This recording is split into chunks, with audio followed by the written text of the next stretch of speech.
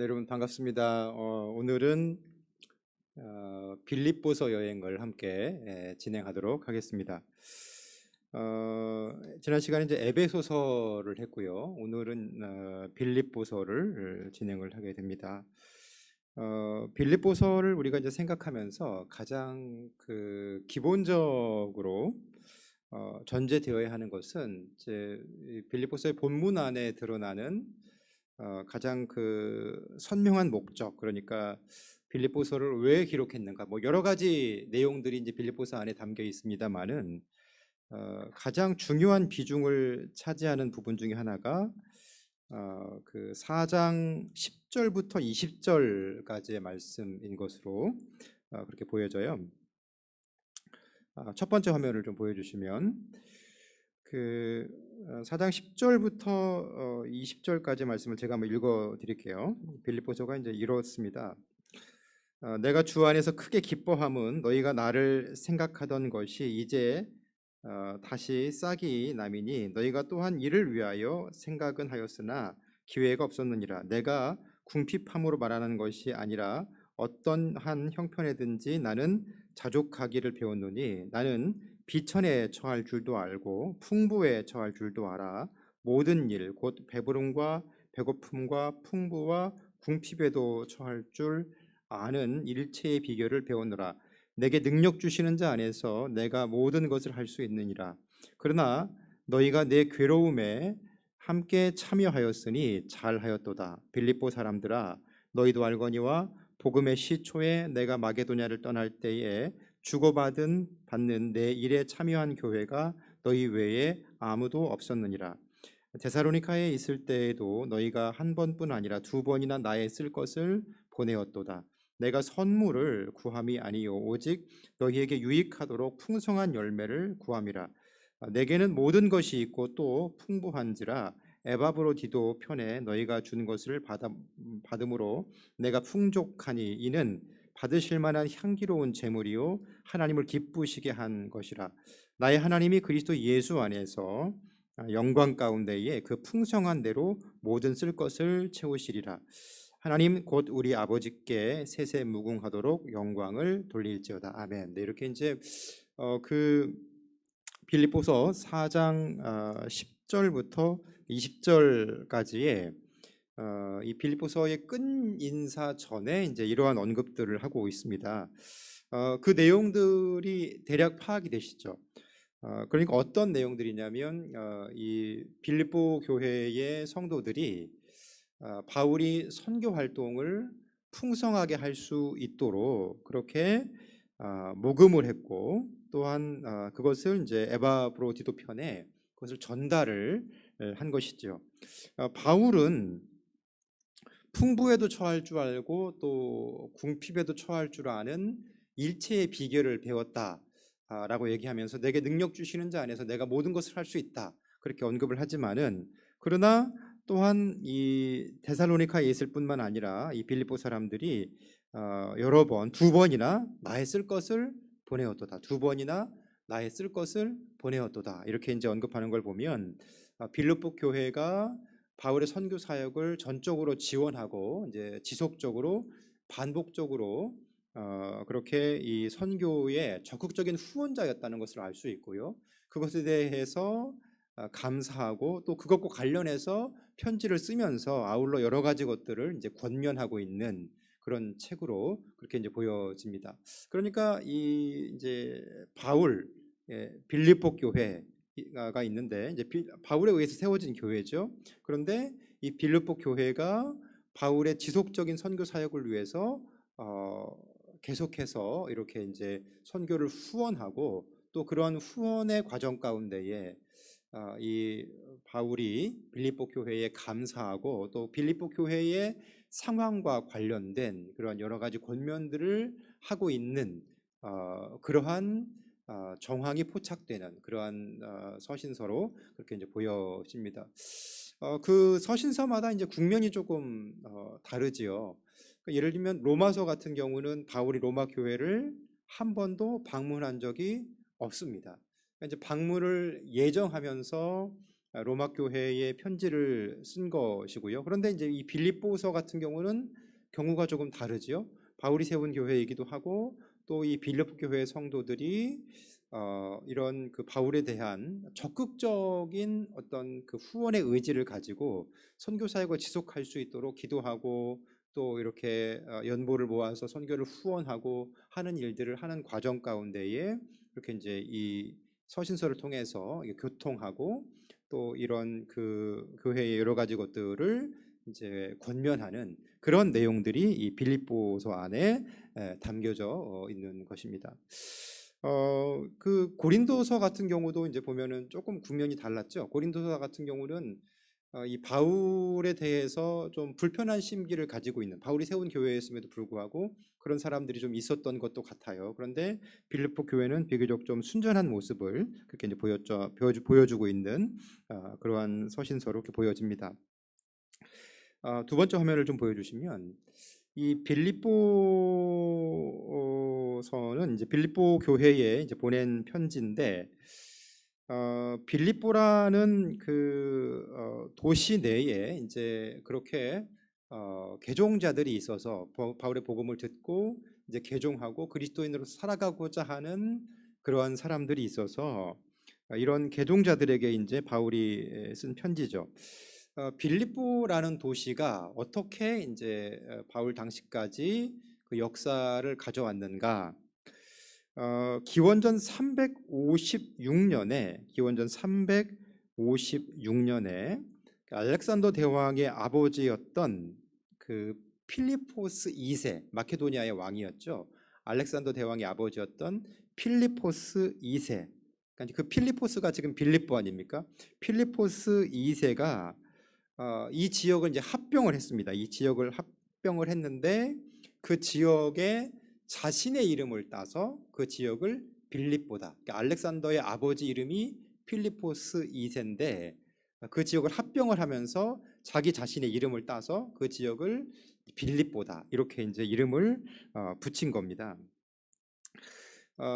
그 후에 이제 이 알렉산더 제국이 이제 분할되고 또 이런 그 알렉산더의 후계자들에 의해서 통치가 마무리되어가는 시점에서 그 로마에 의해서 기원전 한 2세기 정도 그러니까 한 168년 기원전 168년 167년 이쯤 되었을 때에 로마인들에 의해서 이 빌립보라는 도시가 점령이 됐습니다.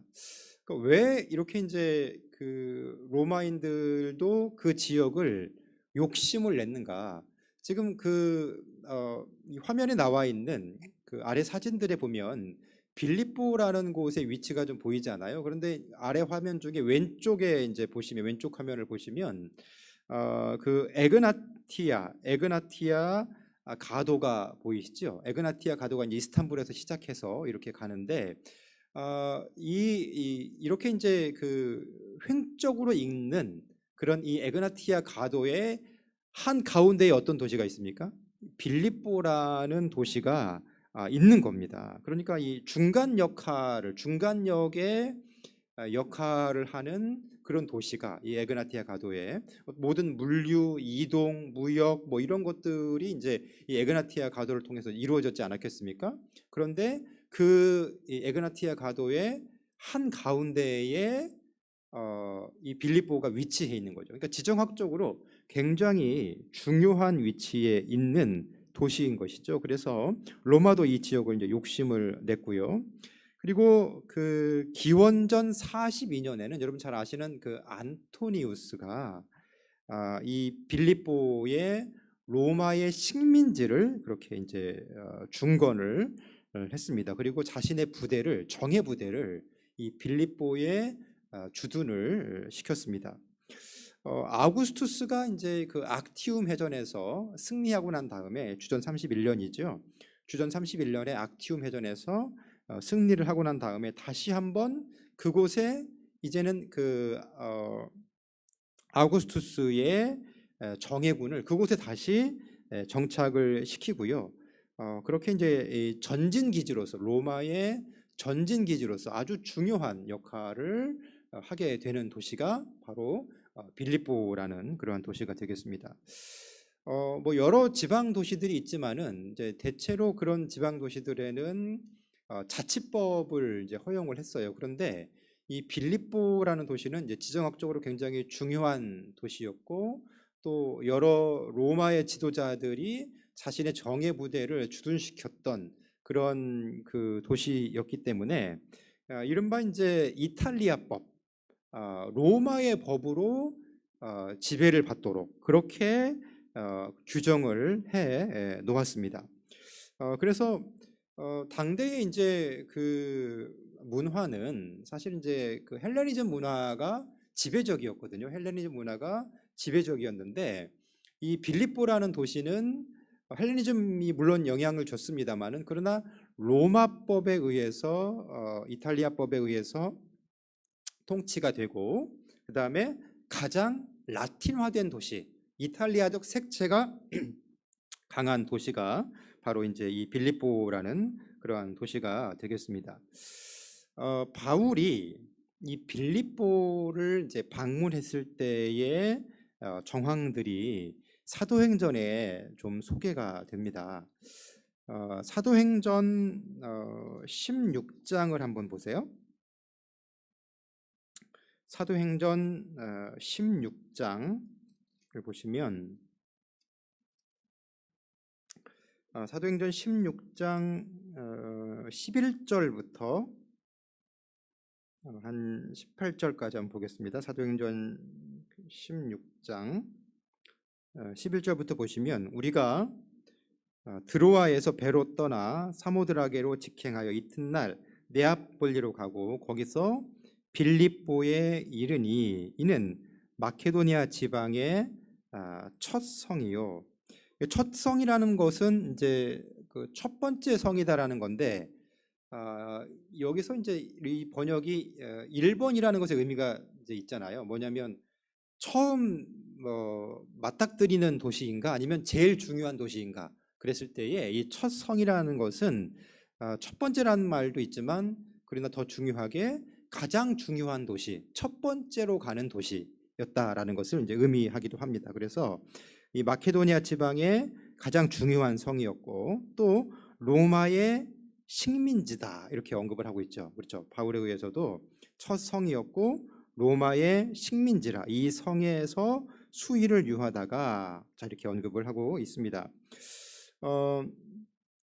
안식일에 우리가 기도할 곳이 있을까 하여 문 밖 강가에 나가 거기 앉아서 모인 여자들에게 말하는데, 자 여기 지금 이제 13절에 이렇게 보시면 안식일이 다가왔어요. 이제 빌립보라는 그 가장 중요한 시티에 들어가서 안식일이 다가왔는데, 자 안식일에 우리가 기도할 곳이 있을까 하여 이렇게 이제 언급을 한단 말이에요. 이제 안식일이니까 안식일을 지켜야 됐겠죠.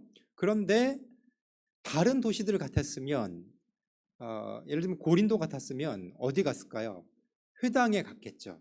그런데 여기는 지금 그 19절 13절에 보면 우리가 안식일에 기도할 곳이 있을까 하여 어디로 나가요? 문 밖 강가에 나가고 있어요. 그러니까 유대인들이 이렇게 이제 회당을 아직 빌립보에는 건설을 하지 못한 겁니다. 그러니까 유대인들의 어떤 그 이주가 그렇게 많지 않았던 것으로 그렇게 보여지고요. 그리고 이제 거기 나가서 만났던 사람들을 보세요. 문 밖 강가에 나가, 회당에 가지 않고, 왜냐하면 회당이 없었기 때문에 문 밖 강가에 나가서 거기 앉아서 모인 여자들에게 말하는데 이렇게 언급을 하죠.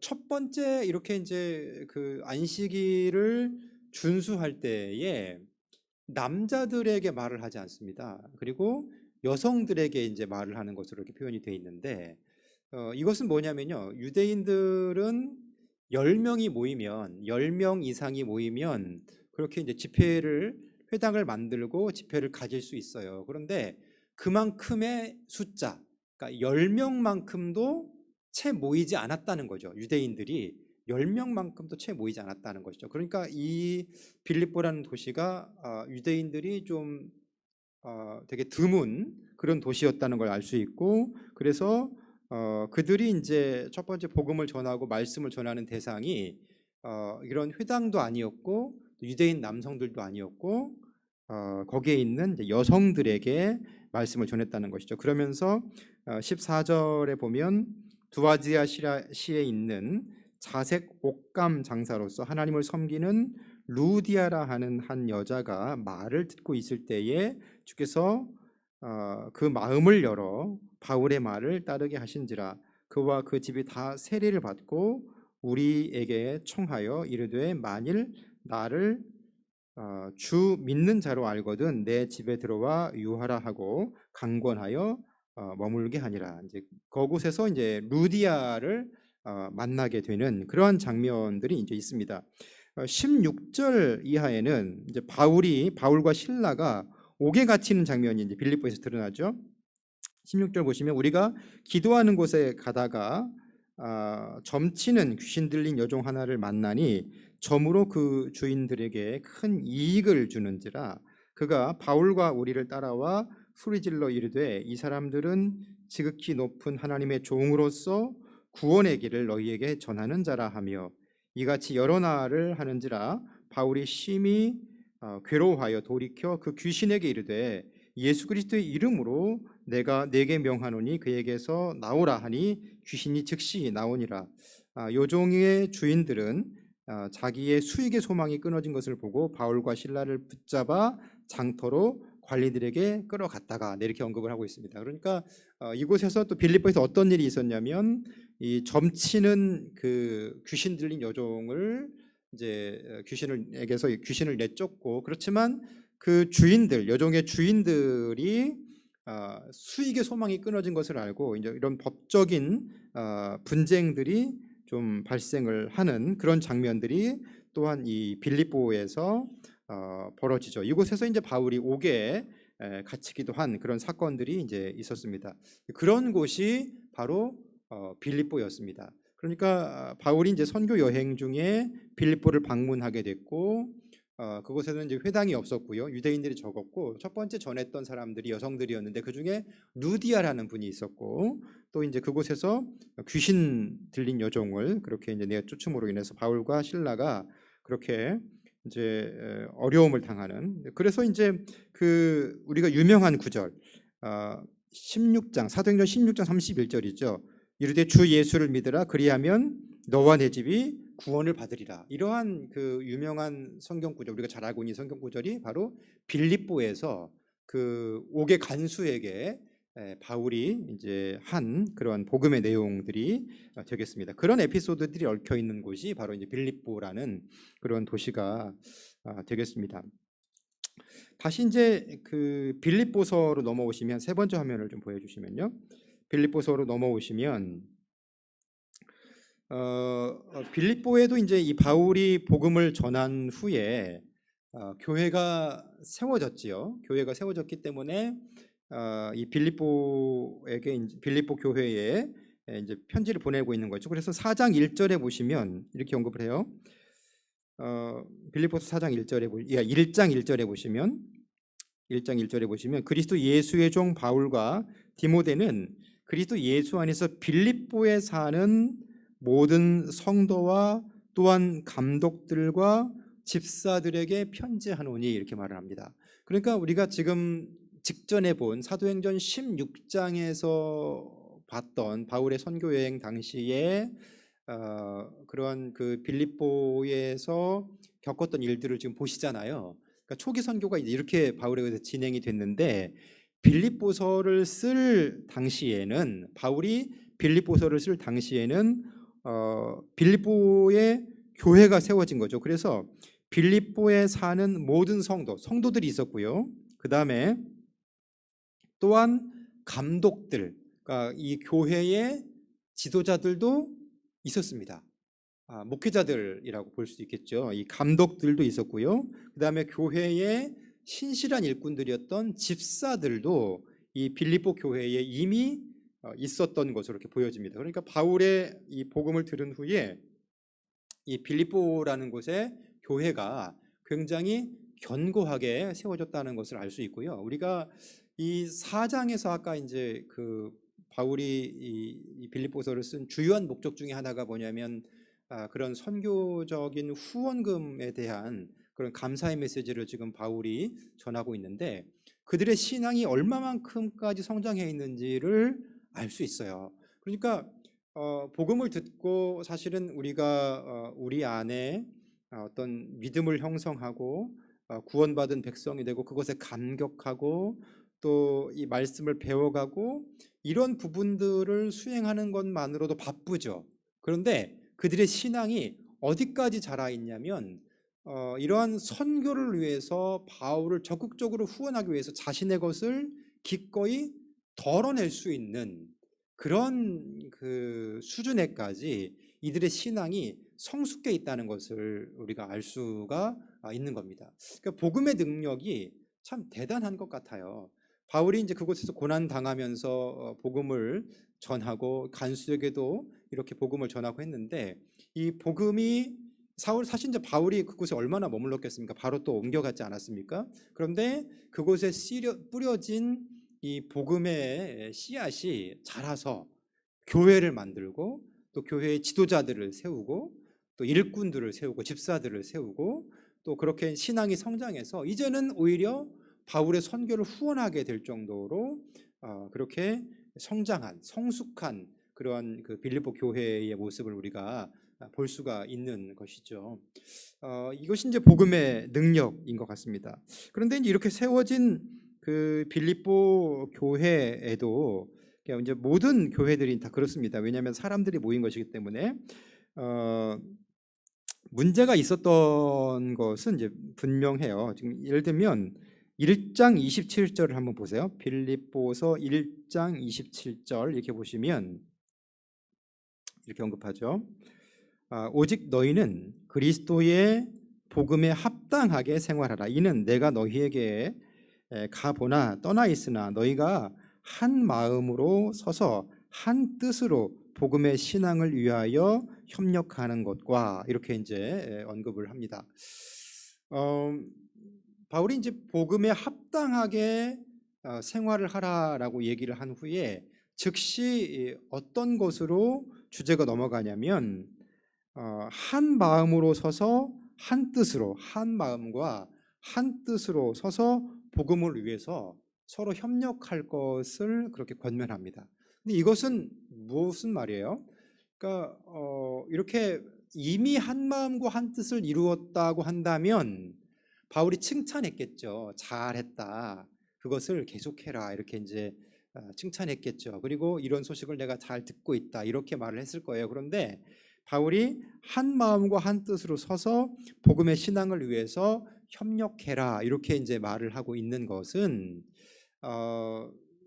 그 반대의 경우인 거죠. 아직 부족한 부분이 있는 겁니다. 한 마음과 한 뜻으로 잘 서지 못하고 복음을 위해서 협력하지 못하는 모습이 빌립보 교회에도 이제 있는 거예요. 이제 이 말이 이 바울에게 있어서는 좀 반복적으로 등장하는데 2장 2절을 보세요. 2장 2절 또 한 번 반복하죠. 마음을 같이하여 같은 사랑을 가지고 뜻을 합하여 한 마음을 품어 이렇게 언급을 합니다. 그러니까 이제 1장 27절에서도 언급을 하지만 한 마음과 한 뜻을 품으라. 또 다시 곧바로 이어지는 2장 2절에서도 마음을 같이해서 같은 사랑을 가지고 뜻을 합하여 한 마음 품어.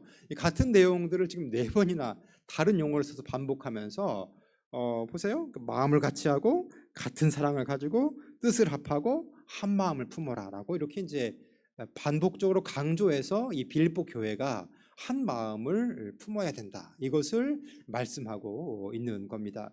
그러니까 여러분 이 빌립보 교회가 이제 바울의 선교를 후원할 만큼 그렇게 성숙한 모습을 갖고 있는 것은 분명한데 그러나 아주 온전하지는 않은 것 같아요. 그러니까 모든 교회들이 다 그렇겠죠. 어떻게 모든 면에서 다 온전할 수가 있겠습니까? 이들이 더 보완해 가고 이들이 이제 더 희정해 가고 그리스도의 모습으로 닮아가야 할 그러한 그 측면이 뭐냐면 이 같은 마음을 품는 것, 한 마음을 품는 것 이것이 빌립보 교회의 과제였다는 거예요. 4장 2절에서도 똑같이 한 번 더 얘기해요.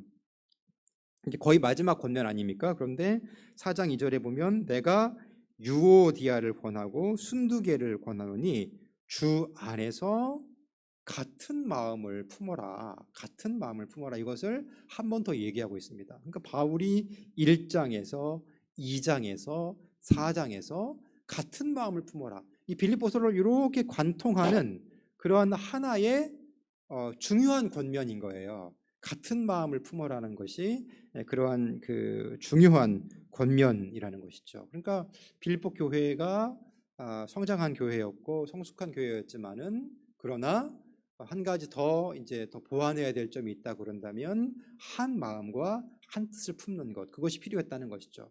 그러니까 교회가 온전한 역동성을 가지고 하나님의 나라를 이루어가고 복음을 전하고 주님 주신 사명을 감당해야 되기 위해서 중요하게 전제되어야 하는 것이 무엇인지를 다시 한번 빌립보서를 통해서 보게 됩니다. 그것은 뭐냐면 한 마음과 한 뜻을 품는 겁니다. 사실 쉬운 일은 아닐 거예요. 그렇게 많은 사람들이 모여 있었기 때문에 모든 성도들, 감독들, 성도들은 성도들로서 그런 생각이 있겠고 각자의 처한 삶의 자리들이 각각 다르겠죠.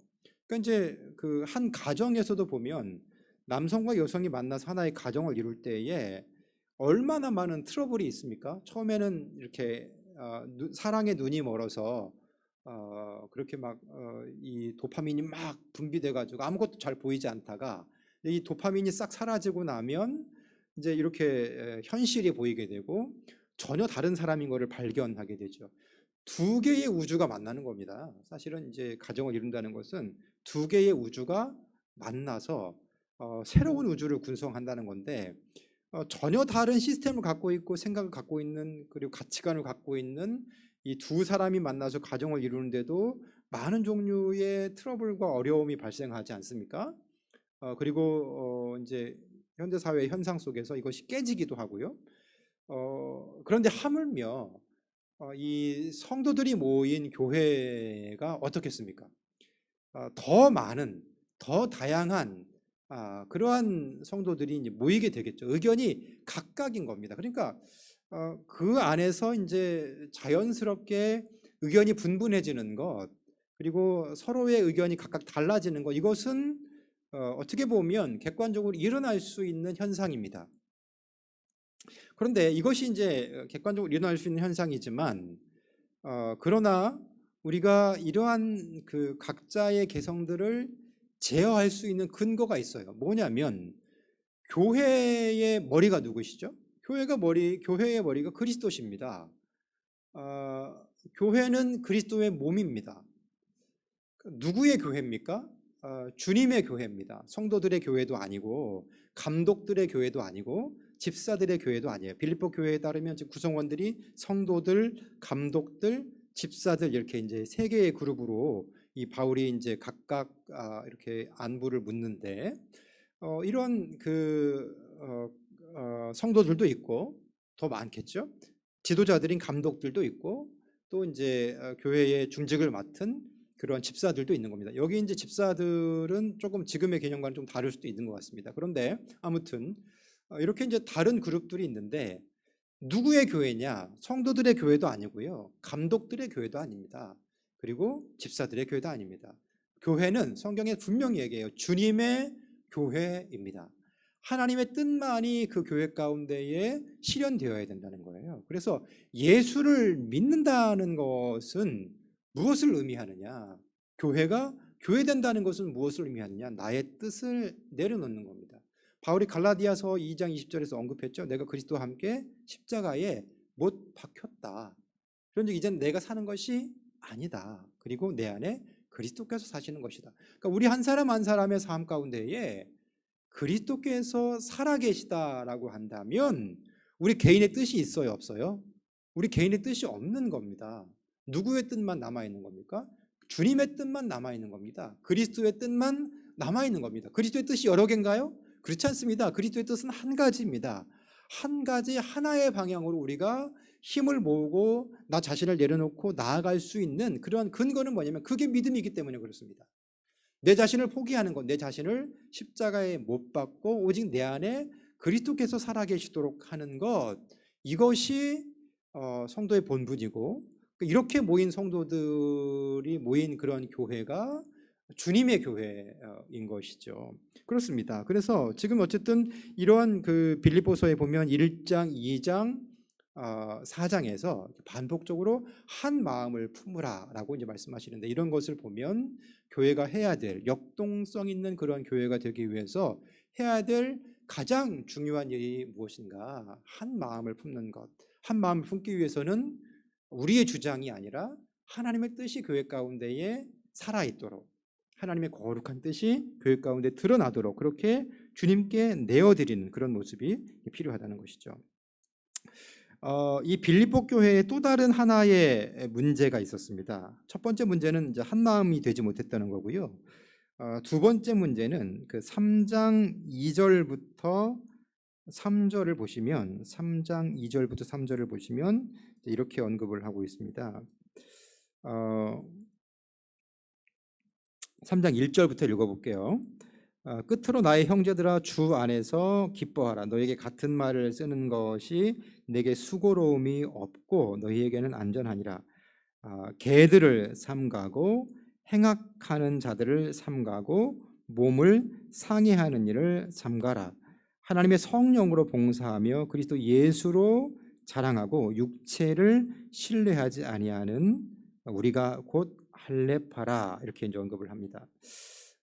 지금 그 2절, 3절에 보면 이제 그 개들을 삼가라라고 이제 언급하고요, 행악하는 자들을 삼가라 이렇게 언급을 합니다.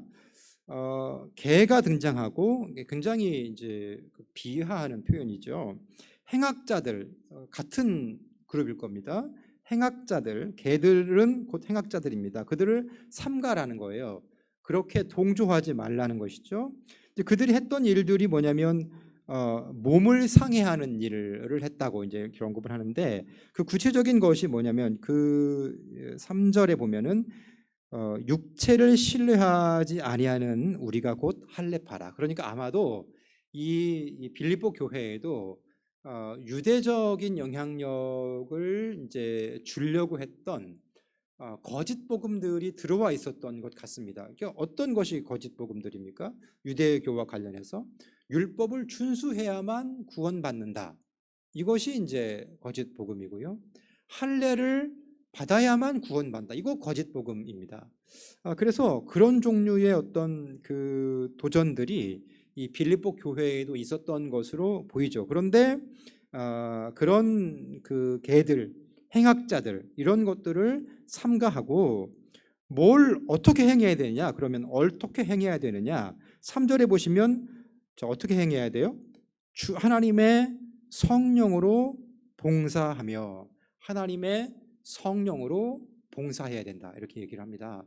그러니까 우리가 따라야 될 것은 다른 어떤 것이 아니고요, 주님의 거룩한 성령을 따라서 행하는 겁니다. 특별히 봉사의 일을 하는 겁니다. 주님의 거룩한 성령을 따라서 봉사의 일을 하는 겁니다. 여러분, 그러니까 오늘 이제 이런 그 상황인 거죠. 여러 가지 다른 종류의 그 메시지들이 막 들려오는 것이죠. 할례를 받아야만 한다. 이렇게 또 율법을 준수해야만 한다. 이런 유대적 복음들이 막 들려오는 건데, 그런 것들에 있는 것이 아니라 주목해야 될 게 뭐예요? 뭐냐면 주님의 거룩한 성령이십니다. 하나님의 영이시죠. 하나님의 거룩한 영을 따라서 뭘 하는 거예요? 하나님의 거룩한 영으로 충만하면 봉사의 일을 하게 되는 겁니다. 주님의 일을 하는 것이죠. 주님의 영으로 충만하면 주님의 일을 하는 것입니다. 왜냐하면 하나님의 영이 우리 가운데 그렇게 말씀하시고 그렇게 이끌어 가시기 때문에 그렇죠. 또 한 가지 자랑하는데 뭘 자랑합니까? 예수님을 자랑하는 겁니다. 나를 자랑하는 것이 아니고, 내게 주어진 어떤 것들을 자랑하는 것이 아니라 예수님을 자랑하는 것이죠. 그러니까 내가 지금 신앙생활을 잘하고 있나 잘못하고 있나, 이러한 어떤 그 지표가 지금 이 빌립보서 3장 3절에 따르면 이런 겁니다. 내가 하나님의 성령을 따라서 봉사하고 있는가? 다른 어떤 생각들이 나를 사로잡고 그것에 매몰되게 했다면 이 모습 가운데에 있지 못한 것이죠. 수정해야 합니다. 수정해야 되고요. 믿음의 올바른 모습으로 다시 바뀌어 와야 되는데, 하나님의 성령을 따라서 봉사하고 있는가? 나의 입술이 무엇을 말하고 있는가? 그리스도 예수를 자랑하고 있는가? 이것이 성도의 온전한 모습이라는 것입니다. 그런 그 문제 상황들이 지금 이제 이 빌립보 교회의 두 번째 문제 상황으로 있는 겁니다. 그런 유대적인 어떤 그런 잘못된 복음들이 이제 이 빌립보 교회 안에도 들어와 있는 것이죠. 그 다음 화면을 좀 보여주시면,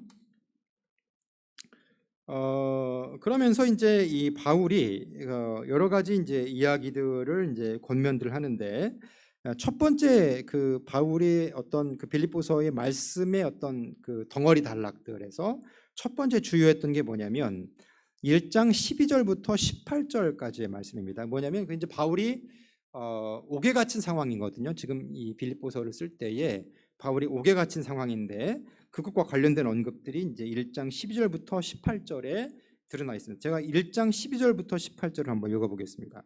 형제들아, 내가 당한 일이 도리어 복음 전파의 진전이 될 줄을 너희가 알기를 원하노라. 이러므로 나의 매임이 그리스도 안에서 모든 시위대 안과 그 밖에 모든 사람에게 나타났으니 형제 중 다수가 나의 매임으로 말미암아 주 안에서 신뢰함으로 겁없이 하나님의 말씀을 더욱 담대히 전하게 되었느니라. 어떤 이들은 투기와 분쟁으로, 어떤 이들은 착한 뜻으로 그리스도를 전파하나니 이들은 내가 복음을 변증하기 위하여 세우심을 받은 줄 알고 사랑으로 하나 그들은 나의 매임에 괴로움을 더하게 할 줄로 생각하여 순수하지 못하게 다툼으로 그리스도를 전파하느니라.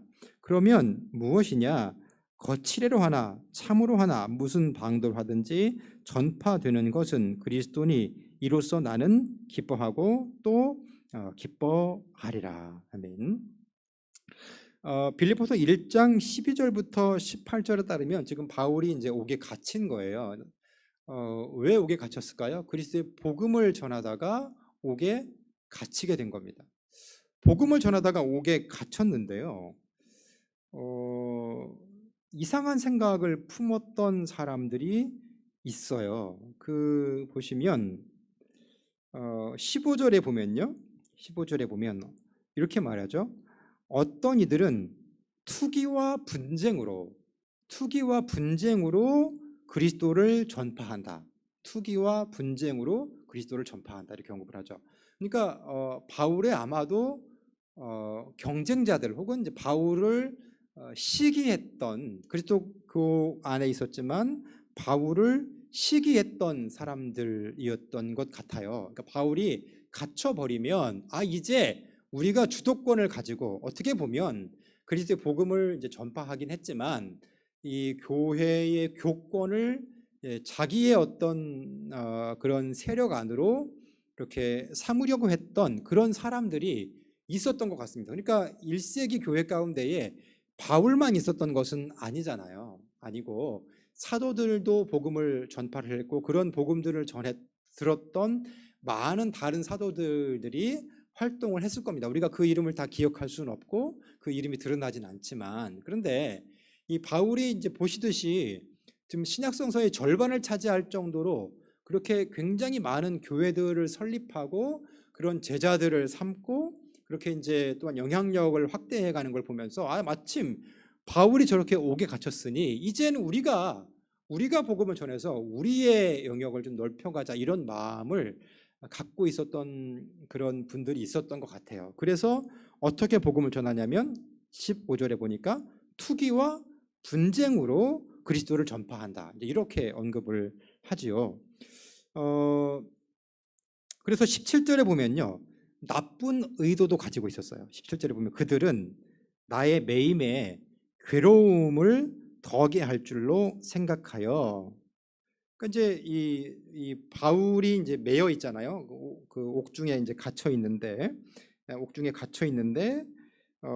그런 그 옥중에 갇힌 바울을 어떻게 보면 이제 우리가 이제 세상 말로 염장을 지르기 위해서 이렇게 너 갇혀 있는데 우리 지금 이렇게 활동하지? 이걸 이제 보여주기 위해서 나의 매임에 괴로움을 더하게 하기 위해서 순수하지 못하게 그리스도를 전파했던 그런 사람들도 있었다라는 겁니다.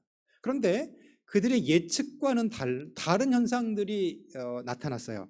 어떤 현상들이 나타났냐면요, 14절에 보시면 이렇게 말하죠.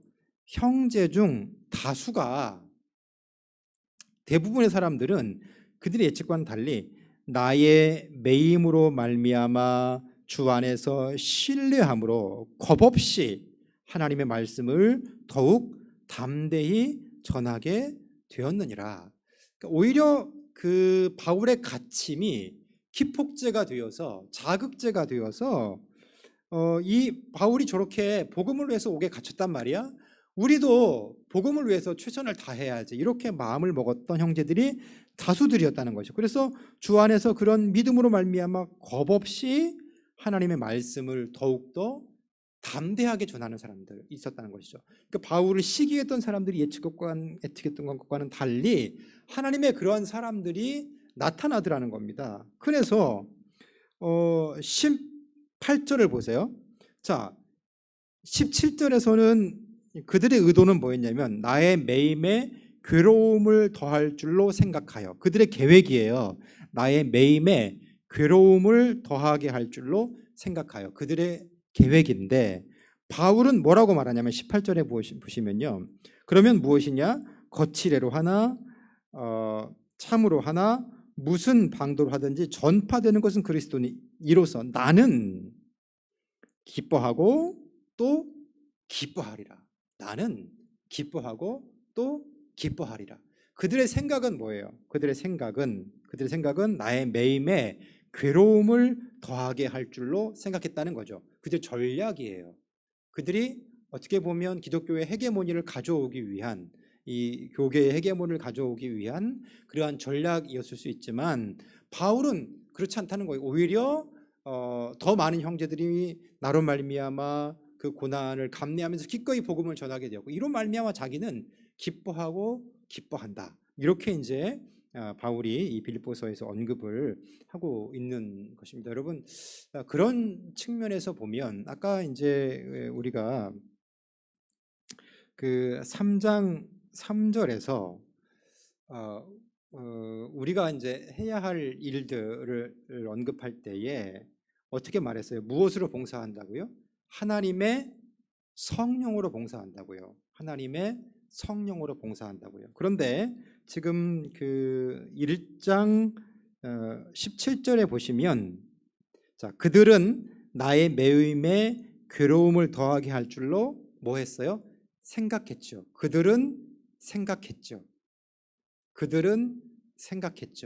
3장 3절에는 하나님의 성령으로 봉사했죠.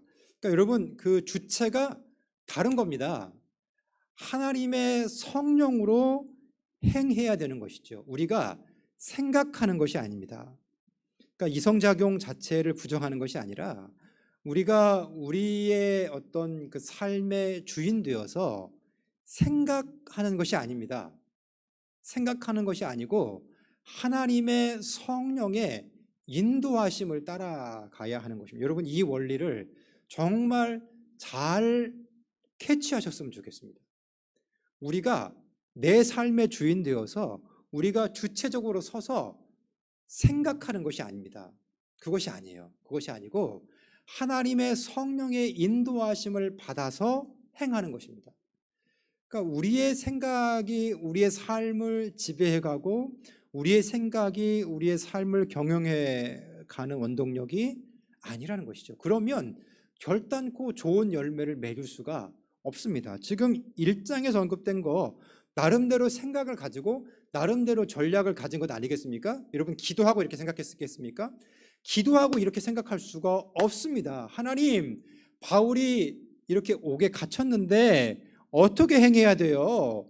이렇게 묻고 나서 이렇게 행할 수가 없는 겁니다. 자기들이 생각한 겁니다. 자기 혼자 그렇게 생각한 것이죠. 자기 혼자 그렇게 생각한 겁니다. 그들이 그렇게 그들끼리 생각한 겁니다. 그런데 전혀 다른 결과들이 다가오지 않습니까? 우리가 우리 자신의 주인 되어서 우리가 주체적으로 생각하면 안 되고요. 이 빌립보서에서 발견하게 되는 그러한 승리의 비결은 뭐냐면 주님의 성령의 인도하심을 받는 겁니다. 그러니까 우리가 모든 일을 행할 때에 하나님은 어떻게 생각하십니까? 주님, 우리가 어떻게 행해야 되겠습니까? 라고 날마다 물어야 되는 것이죠. 물어야 됩니다. 하나님, 어떻게 행해야 되겠습니까? 주님, 바울이 저렇게 갇혔는데 우리가 어떻게 행해야 되겠습니까? 라고 묻는 것입니다. 주님, 나의 삶에 이러한 문제점들이 있고 또 이러한 상황들이 있는데 내가 어떻게 행해야 되겠습니까? 성령으로 행하는 것입니다. 그러면 그 가운데에 성령께서 반드시 그러한 승리를 주신다는 것이죠. 사실 지금 보면 그 바울이 갇혀 있는데요. 이 옥에 갇힌다는 것이 조금 오늘날의 옥에 갇히는 것과는 좀 다른 개념입니다.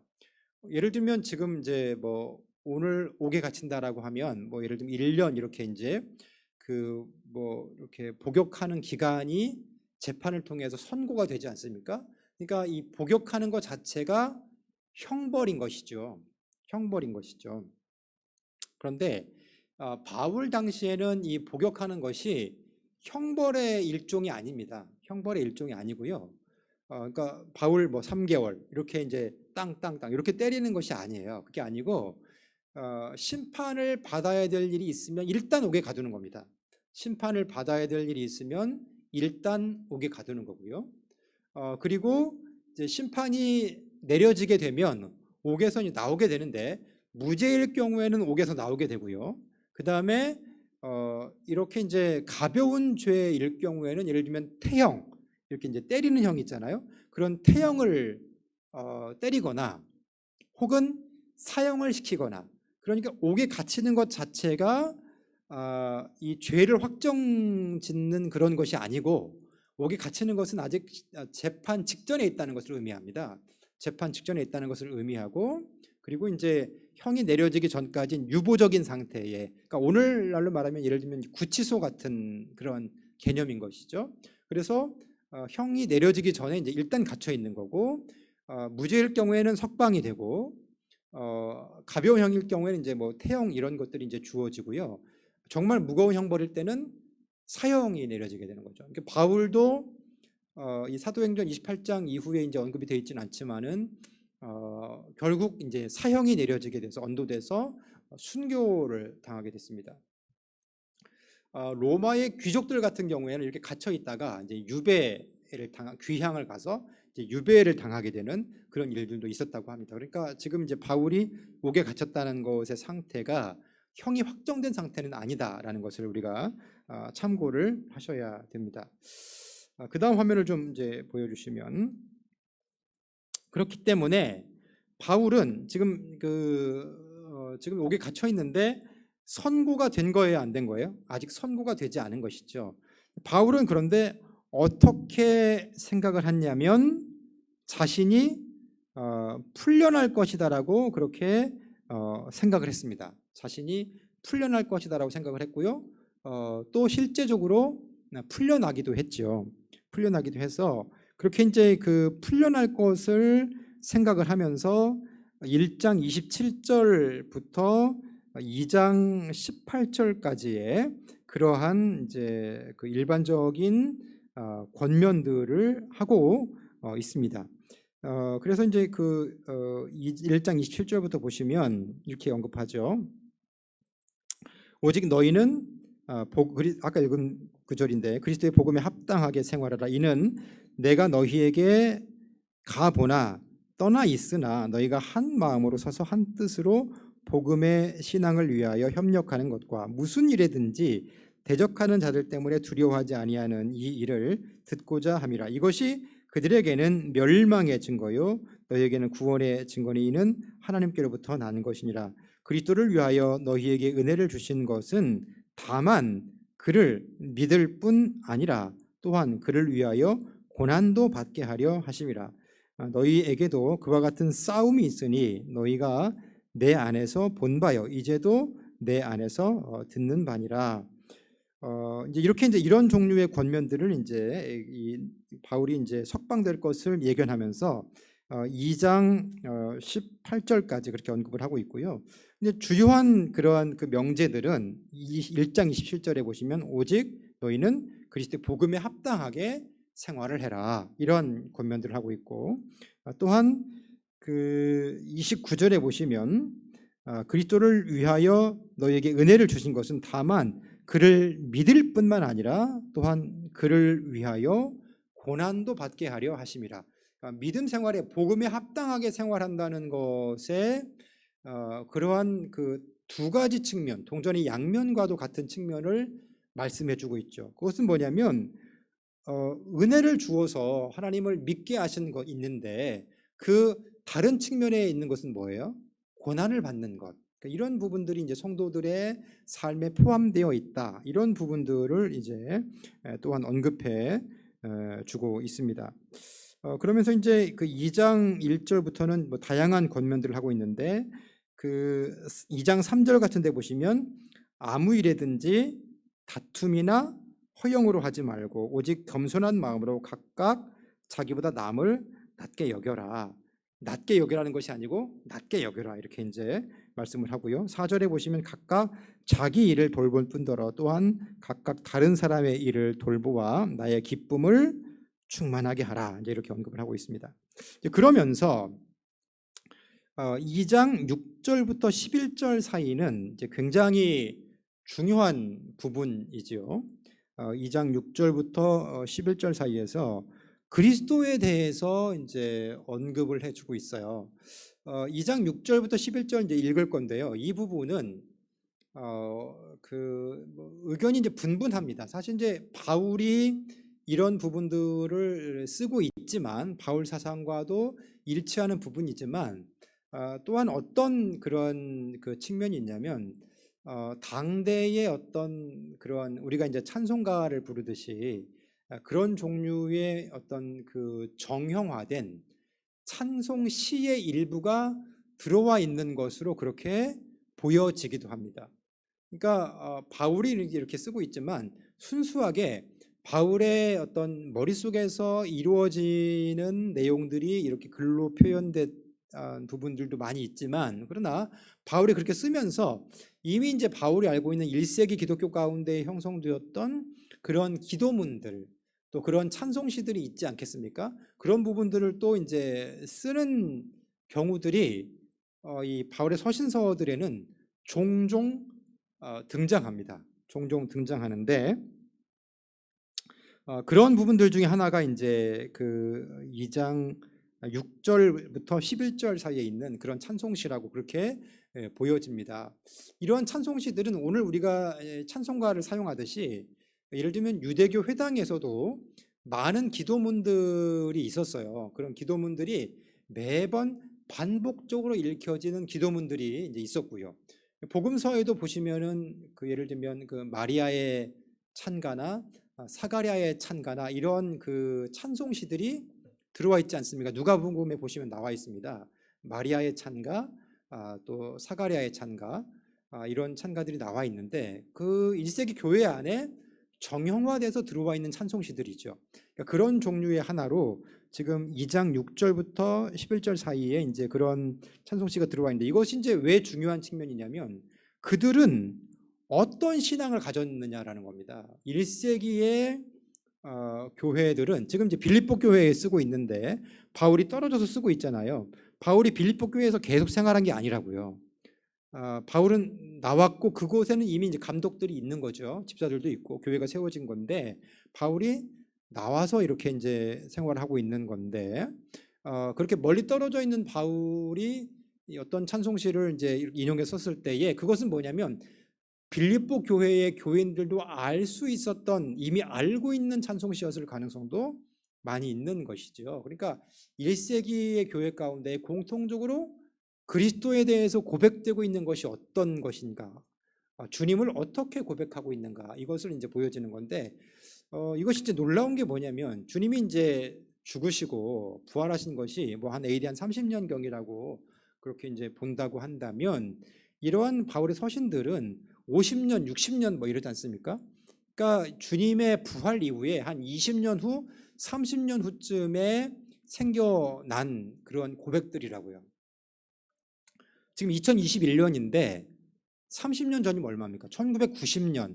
여러분 연세를 좀 드신 분들 같으면 1990년 그냥 얼마 전 일같이 그렇게 보이지 않습니까? 1988년 그 서울 올림픽 같은 경우도 그냥 뭐 생생하게 기억나시는 분들도 계시지 않습니까? 얼마 되지 않은 일이라고요. 주님이 부활하시고 승천하신 지 얼마 되지 않은 그 시점에서 그들 가운데에 그리스도에 대해서 어떻게 고백하고 있는지를 볼 수 있는 그러한 이 돋보기로 이렇게 이제 그리스도를 저들이 어떻게 고백하고 있지 이렇게 들여다볼 수 있는 그런 부분이 바로 이 빌립보서 2장 6절부터 11절 부분이라고요. 한번 읽어보겠습니다. 빌립보서 2장 6절부터 11절을 한번 읽어보겠습니다. 그는 근본 하나님의 본체시나 하나님과 동등됨을 취할 것으로 여기지 아니하시고 오히려 자기를 비워 종의 형체를 가지사 사람들과 같이 되셨고 사람의 모양으로 나타나사 자기를 낮추시고 죽기까지 복종하셨으니 곧 십자가에 죽으심이라. 이러므로 하나님이 그를 지극히 높여 모든 이름 위에 뛰어난 이름을 주사 하늘에 있는 자들과 땅에 있는 자들과 땅 아래에 있는 자들로 모든 무릎을 예수의 이름에 꿇게 하시고 모든 입으로 예수 그리스도를 주라 시인하여 하나님 아버지께 영광을 돌리게 하셨니라. 아멘. 이렇게 그들이 고백을 하고 있는 겁니다. 예수님을 어떻게 고백하고 있습니까? 그는 근본 하나님의 본체시다. 그러니까 예수님이 하나님이시라고 그렇게 고백하고 있는 것이죠. 주님의 부활 이후에 30년 안에 이러한 고백이 나타난 겁니다. 대단하지 않습니까? 그러니까 주님의 부활이 실제인 거예요. 정말 일어난 일인 거예요. 부활하신 주님을 목격하지 않고는요, 이런 고백을 할 수가 없습니다. 그는 근본 하나님과 본체셨다. 그분이 하나님이셨다. 유대인들이 예수님을 왜 죽였어요? 하나님의 아들이라고 그런다고 죽인 거 아닙니까? 신성 모독죄로 죽인 거잖아요. 그런데 정말 부활하신 걸 보니까 유대인으로서는 도저히 믿을 수 없는 거죠. 저렇게 십자가에 달려 저렇게 죽어간다고 한다면 저가 메시아인가? 메시아 아니죠. 절대로 메시아라고 볼 수가 없죠. 그런데 저가 정말 부활하신 거예요. 그렇기 때문에 그 부활로서 이분이 하나님의 아들이시구나, 그분이 하나님이시구나, 이것이 증명된 거고요. 부활 즉시 1세기 교회가 그를 바라보면서 저분이 하나님이시구나, 이거를 깨달은 겁니다. 공통적으로 그렇게 고백하고 있는 것이죠. 그러니까 여러분, 그 신앙을 오늘 우리가 이어받았고 그렇게 동일하게 고백을 하고 있는 겁니다. 근데 그가 하나님과 동등됨을 취할 것을 여기지 아니하시고 오히려 종의 형체를 입으셨다. 죽기까지 복종하셨다. 그러니까 그 죽음이 유대인들이 생각했던 것처럼 그렇게 죄에 의한 죽음이 아니라, 그것이 아니라 죽기까지 복종하신 죽음이었고요. 그리고 그를 지극히 높여서 모든 이름 위에 뛰어난 이름을 주셨다. 그리고 모든 무릎을 예수에게 꿇게 하시고 11절에 보시면 그 모든 입으로 예수 그리스도를 주라고 시인하게 하셨다. 이것이 이제 그들의 신앙 고백입니다. 우리의 신앙 고백과 같지요. 그러니까 1세기 교회로부터 지금까지 한 2000년 이렇게 흘러왔지 않습니까? 우리의 신앙과 같지요. 그러니까 우리 기독교회가 그렇게 그 믿음을 지금까지 잘 지켜온 겁니다. 그렇지만 그걸 지키지 못하고 이렇게 곁길로 가신 분들도 있죠. 그런 분들을 우리가 이단이라고 그렇게 부르고 있는 것이죠. 그렇습니다. 마지막으로 한 가지만 더 살펴보고 마무리를 하려고 합니다. 그 3장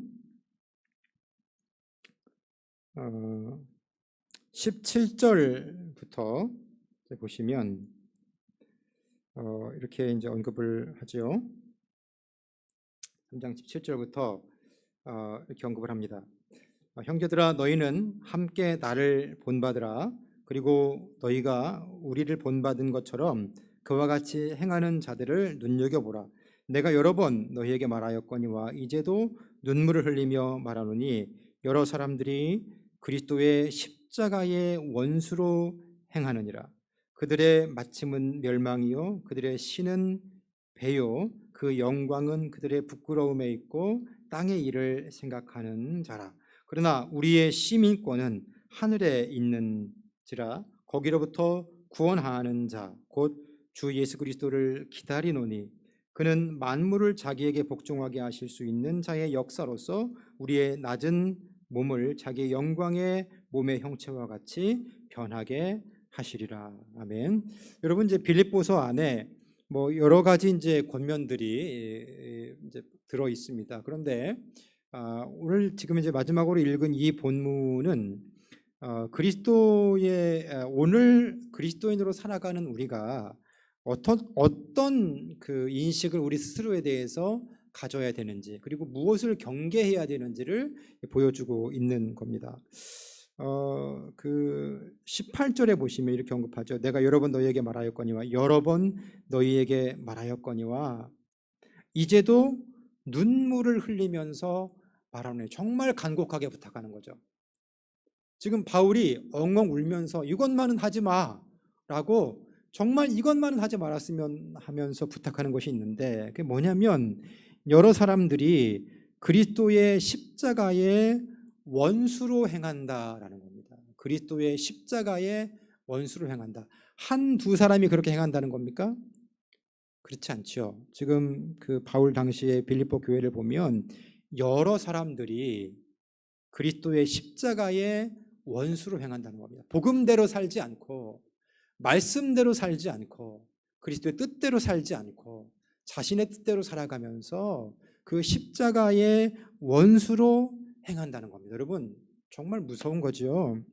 그들의 결과를 얘기해 주고 있어요. 뭐냐면 그들의 마침은 뭐냐면요 멸망이다 이렇게 선언하고 있습니다. 그들의 마침은 멸망이요 그들의 신은 배요. 육신의 이 배를 위해서 육신을 위해서 일한다는 겁니다. 육신을 위해서 일한다는 것이고요. 그 영광은 그들의 부끄러움에 있고 부끄러움을 당할 거라는 것이죠. 그리고 그들의 생각이 뭐예요? 그들의 지금 그 신은 뭐냐면 배고 그들의 생각은 어디에 있냐면 땅에 있는 겁니다.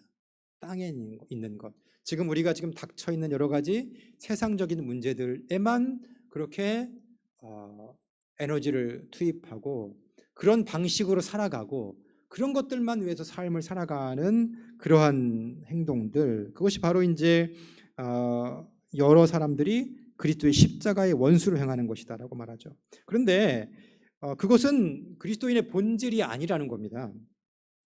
20절 말씀에 보면 우리의 시민권은 어디에 있다고요? 우리의 시민권은 하늘에 있다고요. 우리의 시민권은 하늘에 있다고요. 우리는 뭘 바라봐야 하는가? 우리의 시민권은 하늘에 있기 때문에 거기로부터 구원하는 자, 주 예수 그리스도, 곧 주 예수 그리스도를 기다리노니 주님을 기다리는 삶, 주님을 기다리는 삶, 주님을 대망하는 삶 그런 삶을 살아야 한다고요. 그리고 우리의 장래를 분명하게 선언하고 있습니다. 뭐냐면 21절에 보면 그는 만물을 자기에게 복종하게 하실 수 있는 자의 역사로서 우리의 낮은 몸을 자기의 몸의 형체와 같이 변하게 하시리라. 주님의 때에 우리의 이 낮은 몸을 주님의 그러한 영광스러운 모습과 같이 변하게 하시리라. 그러니까 여러분 오늘 우리에게 주어진 삶에만 몰입해 사는 것과 주님을 기다리면서 장차 주님께서 이끌어 가실 그러한 영광스러운 하나님 나라의 삶을 기대하면서 오늘을 사는 것과는 완전히 다른 형태의 삶을 살아가게 되는 것인데 그리스도인은 그렇게 살아야 한다는 것입니다. 하늘에 시민권이 있는 자로서 그렇게 주님을 기대하면서 또 주님을 바라보면서 그렇게 우리의 부활을 소망하면서 오늘을 살아내야 한다는 것이죠. 바울이 눈물을 흘리면서 빌립보 교인들에게 이것을 권면하고 있습니다. 자, 오늘 빌립보서 함께 살펴봤습니다. 빌립보라는 그 도시가 어떻게 오늘의 이름, 그때 당시 이름을 갖게 되었는지, 알렉산더의 아버지 필리포스 2세의 이름을 따서 이제 빌립보라고 그랬고요. 라틴 문화가 굉장히 지배적이었던 그러한 도시였습니다. 유대인들이 그렇게 많지 않았습니다. 그러나 이러한 그 교회의 정황은 교회가 하나 되지 못하는 문제를 갖고 있었고, 또 이런 거짓 복음들이 들어와서 성도들을 미혹하는 그런 상황 가운데도 있었습니다. 그렇지만 이 빌립보 교회를 향해서 바울은 하나 될 것을 권면하고 있고, 그리고 하늘의 시민권을 가진 자로서 그렇게 살아가라, 복음에 합당하게 생활하라라고 그렇게 얘기를 하고 있고요. 서신서를 흘러가는 그러한 그 주요한 그러한 또한 기록의 목적 중에 하나는 바울을 후원한 그러한 빌립보 교회에 대한 감사가 또한 포함되어 있습니다. 여러분, 이 1세기의 빌립보 교회 성도들이 어떻게 생활했는지, 또 어떤 믿음을 가졌는지, 바울은 그들에게 무엇이라 말하는지를 살펴보는 그러한 귀한 시간이었습니다. 오늘 우리 이 하적교회에 처한 상황 가운데에서도 오직 성령으로 행하셔서 하늘의 시민권을 가진 자들로서 주님을 영화롭게 하고 하나님이 우리를 통해서 영광 받으시고, 또 그렇게 역동적으로 일하시고 하나님 나라를 소망하는 그런 믿음의 공동체가 되실 수 있기를 주님의 이름으로 축복합니다. 오늘 여기까지 진행하겠습니다. 감사합니다.